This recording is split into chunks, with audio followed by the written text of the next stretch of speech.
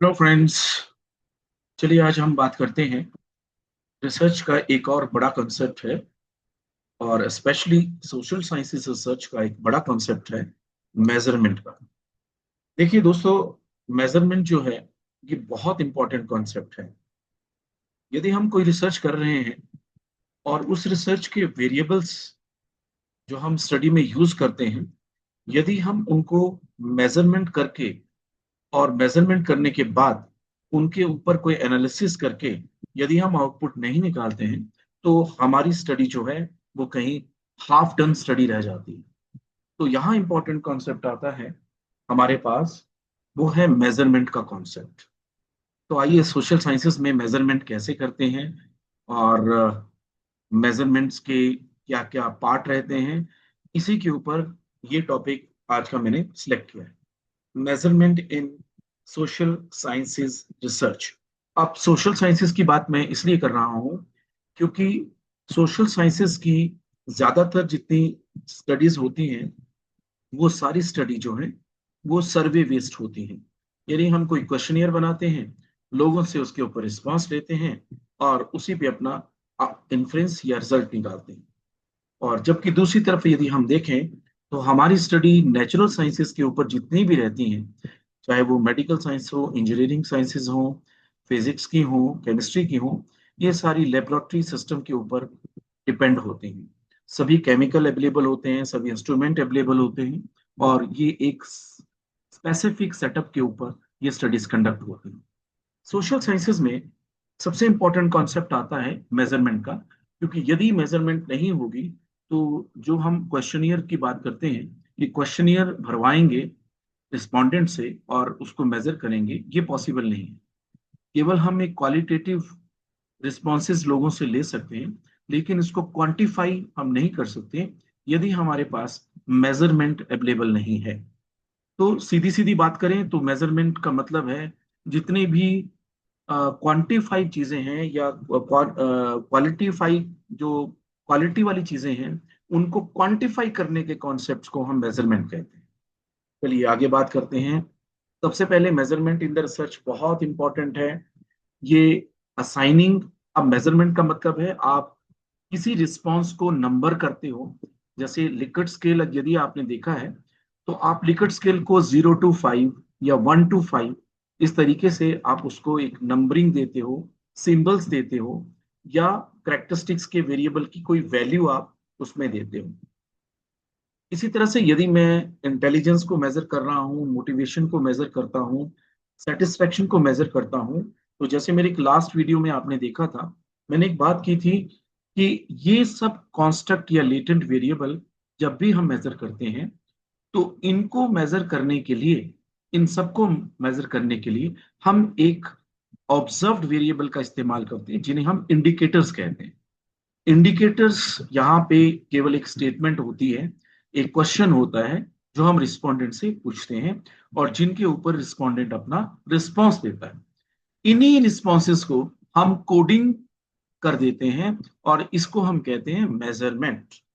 तो in simple term यदि मैं बात करूं, तो जिस तरह से मैं यहाँ पे आपको बताने की कोशिश कर रहा हूं कि हमें यहाँ पे जो मेजरमेंट है, वो मेजरमेंट का मतलब हम यहाँ पे देखने ये चाह रहे हैं कि making the concept quantifiable. Concept को नंबर में चेंज करना, 0 1 2 3 4 एंड 5, जो कि अक्सर हम लिकट में भी यूज करते हैं, लिकट स्केल में यूज करते हैं। तो ये कॉन्सेप्ट को चेंज करने को हम कहते हैं मेजरमेंट इन सोशल साइंसेस। चलिए आगे बात करते हैं। इसके बाद हमारे पास आता है यहाँ पे कि किन किन लेवल पे हम मेजरमेंट को कर सकते हैं। ये बड़ा इंपॉर्टेंट क्वेश्चन हमारे पास रहता है। तो देखिए सोशल साइंसेज में हम 4 लेवल पे, 4 लेवल्स पे हम मेजरमेंट कर सकते हैं। तो पहला मेजरमेंट का लेवल रहता है जिसको हम कहते हैं नॉमिनल स्केल। नॉमिनल स्केल का इस्तेमाल करते हुए हम मेजरमेंट कर सकते हैं। अब देखिए नॉमिनल स्केल्स का यहाँ पे ब्रैकेट के अंदर लिखा है कैटेगोरिकल। अब कैटेगोरिकल का मीनिंग ये है कि यहाँ पे नंबर्स का केवल एक नंबर है, उनका अपना कोई पर्सनल वैल्यू नहीं है। जैसे मैं यहाँ पे कह रहा हूँ कि इस लेवल पे मुझे जेंडर है, और जेंडर की दो कैटेगरीज हैं। देखिए कैटेगरीज, मेल एंड फीमेल। तो मेल और फीमेल, इन दोनों को यदि मुझे मेजर करना है तो मैं 1 नंबर से मेल और 2 नंबर से फीमेल, यदि कोई और कैटेगरी मेरे पास अवेलेबल है तो 3 नंबर से अदर्स कैटेगरी को रिप्रेजेंट करूंगा। तो यहां ये देखिए, यहां नंबर सिर्फ दिए गए हैं, इंडिकेटर्स। यदि आप देखिए, यदि मैंने कहीं 1 1 1 3 2 1 1 ऐसे अगर मुझे पर रिस्पॉन्सेज हैं, तो मैं इसको पढ़ूंगा, एक का मतलब है male male male, others female male male. इस तरह से इसको पढ़ा जाएगा। इसकी वैल्यूज को आप प्लस या माइनस नहीं कर सकते, इनकी वैल्यूज को प्लस माइनस नहीं किया जा सकता। यदि मैं टूरिस्ट की कैटेगरी को देखूं, डोमेस्टिक है या इंटरनेशनल, डोमेस्टिक के लिए 1 कोड का इस्तेमाल, इंटरनेशनल के लिए 2। ये केवल और केवल आपका नॉमिनेशन के लिए है, नंबर्स के लिए है। जिस तरह से फ्रेंड्स आपने क्रिकेटर्स को देखा होगा, उनकी जर्सी के पीछे नंबर लिखे होते हैं, तो वो केवल एक नंबर रिप्रेजेंटेशन है, उनकी खुद की कोई वैल्यू नहीं होती है। चलिए आगे बात करते हैं। ऑर्डिनल में, ordinal ordinal rank, ordinal scale की जब हम बात करते हैं, तो हम यहाँ पे बात कर रहे होते हैं कि किसी भी चीजों को, दो तीन से ज्यादा चीजों को हम अपने ऑर्डर में उसको कैसे रखें या उसका कैसे इस्तेमाल करें। आइए एग्जाम्पल के द्वारा इसको समझने की कोशिश करते हैं। ये भी कैटेगोरिकल स्केल में आता है, क्योंकि यहाँ पे हमें एक से ज्यादा कैटेगरीज आइटम्स की अवेलेबल रहती हैं। तो देखिए, अगर मैं कस्टमर की सेटिस्फेक्शन को मेजर कर रहा हूँ, तो इसमें बहुत सारी कैटेगरी बना दी गई हैं। Very unsatisfied, unsatisfied, neutral, satisfied and very satisfied, 5 category को इन्होंने कोडिंग कर दिया और एक रैंक में लिख दिया। Number 1 unsatisfied, very unsatisfied number 1, unsatisfied 2, neutral 3, satisfied 4 and very satisfied 5। तो इस तरह से यदि हम किसी रिस्पॉन्स को ऑर्डर में लिखते हैं, रैंक में लिखते हैं, उसे हम कहते हैं ऑर्डिनल स्केल। और रैंकिंग टूरिस्ट डेस्टिनेशन, यदि अगर मेरे पास 2 से ज्यादा टूरिस्ट डेस्टिनेशन है, तो मुझे रैंक करना है। मान लीजिए मुझे यहाँ पे रैंक करना है 3 डेस्टिनेशन में से, दिल्ली, चेन्नई एंड, यहाँ पे मुझे करना है दिल्ली, दिल्ली, चंडीगढ़ एंड मनाली। तो ये मैंने पूछा रिस्पॉन्स, और लोगों ने कहा कि उनकी प्रेफरेंस में नंबर 1 पहला है दिल्ली, दूसरा चंडीगढ़ और तीसरा मनाली। इस तरह से जब मैं एक रैंक बनाता हूं, एक रैंक की फॉर्म में इन्हें लिखता हूं, इस तरह की जो स्केल डेटा को हम कहते हैं ऑर्डिनल, ऑर्डिनल स्केल। तो ये आई होप आपको ये समझ में आ गया होगा ऑर्डिनल का यहाँ पे क्या रिस्पॉन्स है। चलिए आगे बात करते हैं। ये जो दो कैटेगरी अभी तक हमने बात की, नॉमिनल और ऑर्डिनल की, इनको हम जनरली, इन दोनों कैटेगरीज को हम लोग अपनी भाषा में रिसर्च की लैंग्वेज में लिखते हैं। इसे हम लिखते हैं कैटेगोरिकल स्केल। देखिए यहाँ पे नॉमिनल और ऑर्डिनल, इन्हें हम लिखते हैं कैटेगोरिकल। क्यों कैटेगोरिकल लिखते हैं? गौरिकल, क्योंकि इसके अंदर एक या एक से ज्यादा कैटेगरीज अवेलेबल रहती हैं, इसलिए हम इसे कैटेगोरिकल कहते हैं। आइए आप तीसरी बात करते हैं इंटरवल स्केल की। अच्छा, यहाँ पे थोड़ा मेरे ये लिखने में थोड़ा दिक्कत हो गया, कोई इशू नहीं, इसे आई पढ़िएगा आप, इसे पढ़िएगा इंटरवल में आई, यहाँ पे है आई। इंटरवल स्केल, इंटरवल स्केल का मतलब होता है, इंटरवल का मतलब होता है गैप। दो रीडिंग्स के बीच में जो गैप है उसको हम इंटरवल कहते हैं। The orders categories with equal intervals, यानी कि दो चीजों के बीच में बराबर का gap, with no true zero. Zero यहाँ पे हम ट्रू नहीं लेते हैं, इसका मतलब ये होता है कि जीरो को हम मान लेते हैं, किसी एक नंबर को जीरो मानते हैं, एक्चुअल में वो नंबर जीरो नहीं होता है। आइए इसको थोड़ा समझने की कोशिश करते हैं कि इसमें क्या इंपॉर्टेंट है। क्योंकि सोशल साइंसेज में ज्यादातर रिसर्च में हम इंटरवल और रेशो स्केल का ज्यादा इस्तेमाल करते हैं। तो इसको समझिए। एग्जाम्पल के तौर पे जैसे टेम्परेचर की बात करें, 20, 30, इन दोनों के बीच में यदि डिफरेंस की बात करें वो 10 डिग्री का डिफरेंस है। लेकिन यहां से हम शुरू कर रहे हैं 20 से, तो 20 को मान रहे हैं 0 डिग्री। 0 से 30 के बीच में हम मान रहे हैं 10 डिग्री का डिफरेंस। लेकिन 20 0 डिग्री नहीं है, ये केवल हमारी मान्यता है, मान रहे हैं, इसलिए इसको जीरो माना है। इसलिए इसको हम कहते हैं नो ट्रू जीरो। एक्चुअल वहां 20 डिग्री का टेम्परेचर है, तो आप इसको समझिए no true zero, arbitrary zero हम इसको मान चलते हैं। But 0 degree is absence of temperature. और आईक्यू स्कोर को देखिए आप, 100, 100 to 10, 110 to 20, हर एक के बीच में गैप जो है 10-10 का स्कोर का गैप है। लेकिन यहां हम जीरो मान के चल रहे हैं कि शुरू यहां से हुआ, 0 से 10, 10 से 10, ये डिफरेंस यहाँ पे गैप जो है आ रहा है।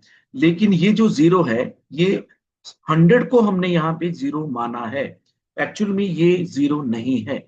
इसको कहते हैं नो ट्रू जीरो। अब इससे आगे का कॉन्सेप्ट हम बात करते हैं, वो हमारे पास कॉन्सेप्ट है रेशो स्केल का, और जिसमें हम ट्रू जीरो का इस्तेमाल यहाँ पे करते हैं। यानी कि अगर जीरो है तो फिर वो ट्रू में जीरो है। आइए इसको समझने की कोशिश करें, ट्रू जीरो में क्या मीनिंग है। और इसको अब आप इसके एग्जांपल्स को थोड़ा सा हम देखेंगे कि क्या कह रहा है इसमें। अब मैं बात कर रहा हूं ट्रू जीरो की।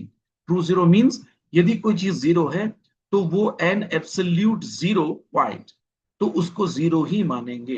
What is zero? Zero is absence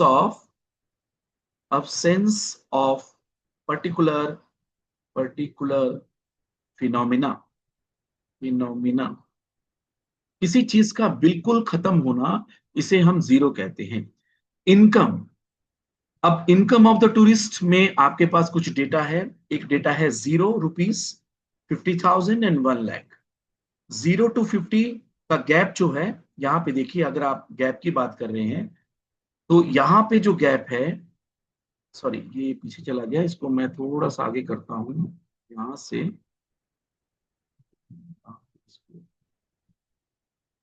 ये हम कर रहे थे, सॉरी मैं कर रहा था यहाँ पे, यहाँ रेशो पे।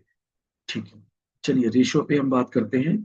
तो यहाँ पे आप देखिए कि जो 0 से 50 है उसका डिफरेंस 50,000 का है, और 50,000 से 1 लाख का डिफरेंस भी 50,000। लेकिन यहाँ जो जीरो से पॉइंट से मैंने शुरू किया मेजरमेंट, ये ट्रू जीरो है। ट्रू जीरो यानी कि जीरो मनी मीन्स मेरे पास कोई पैसा यहाँ पे नहीं है। यहाँ पे हम बात करते हैं एज की, दूसरे एग्जाम्पल पे 0 ईयर, 25 ईयर्स, 40 ईयर्स। अब देखिए यहाँ पे यदि मैं बात कर रहा हूं 0 से 25 साल का, तो 0 ईयर्स मीन्स नो एग्जिस्टेंस। अगर किसी की कोई एज है ही नहीं तो that means no existence, person is no more exist. Number of flights per week 0, पहले वीक में कोई फ्लाइट नहीं, दूसरे वीक के और पहले के बीच में 10 फ्लाइट चली, दूसरे से तीसरे के बीच में 20 फ्लाइट चली, गैप 10। तो रेशो में ट्रू जीरो का होना जरूरी है, ट्रू जीरो। अब आप देखिए यहाँ पे ऑर्डिनल, सॉरी मैं यहाँ पे बात कर रहा हूँ nominal, ordinal, interval and ratio. Nominal और ऑर्डिनल को हमने कहा था कैटेगोरिकल, कैटेगोरिकल मेजरमेंट। और इंटरवल और रेशो को हम कहते हैं, यहां पे हम कहते हैं मीट्रिक मेजरमेंट। मीट्रिक मीन इसकी कुछ वैल्यूज होती हैं, नंबर्स में ये हमको मिलता है, मीट्रिक मेजरमेंट में मिलता है। चलिए आगे बात करते हैं, कुछ एग्जांपल्स इनके हम चेक करते हैं। और इसको मैं थोड़ा यहाँ से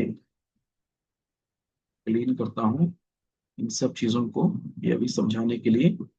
और देखिए इसमें अब हम प्रोसेस की बात करें, यदि हम प्रोसेस की बात करते हैं कि हम मेजरमेंट कैसे शुरू करते हैं और मेजरमेंट को हमें कैसे करना चाहिए, तो सबसे पहली बात है इसके प्रोसेस को समझना।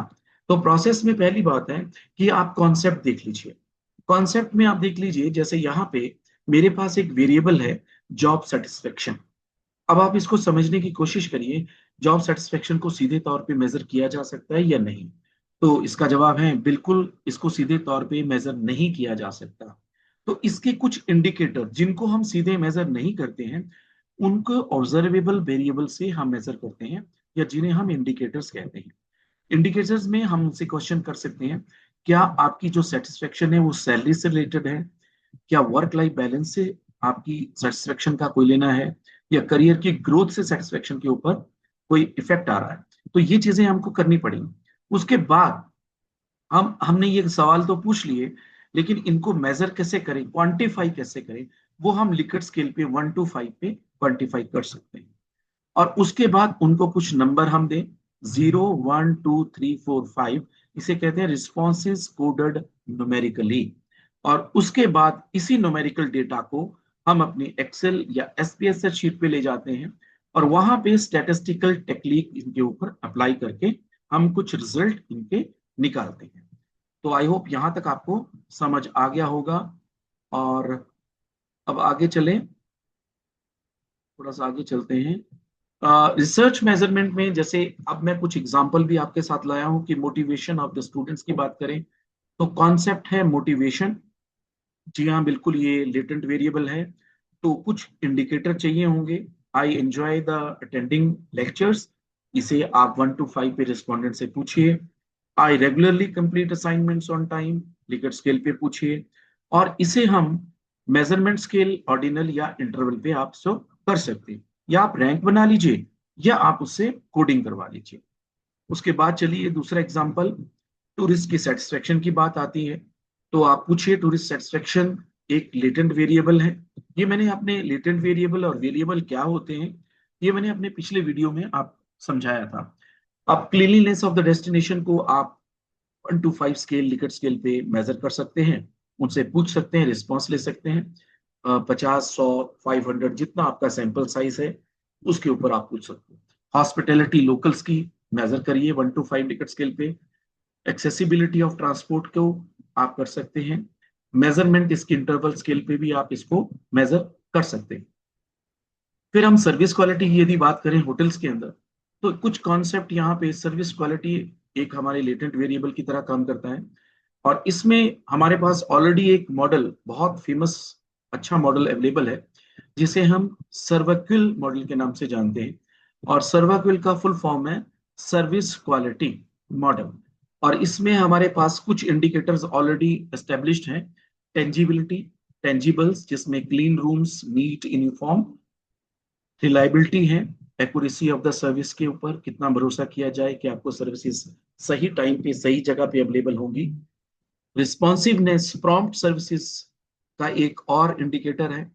एश्योरेंस, स्टाफ का कॉन्फिडेंस, कर्टेसी इसमें इंक्लूड होते हैं। और एम्पैथी, आपको पर्सनल अटेंशन या पर्सनल केयर की जरूरत होती है। ये 5 हमारे इंडिकेटर जो हैं, ये ऑलरेडी सर्विक्विल मॉडल से आपको मिल जाएंगे।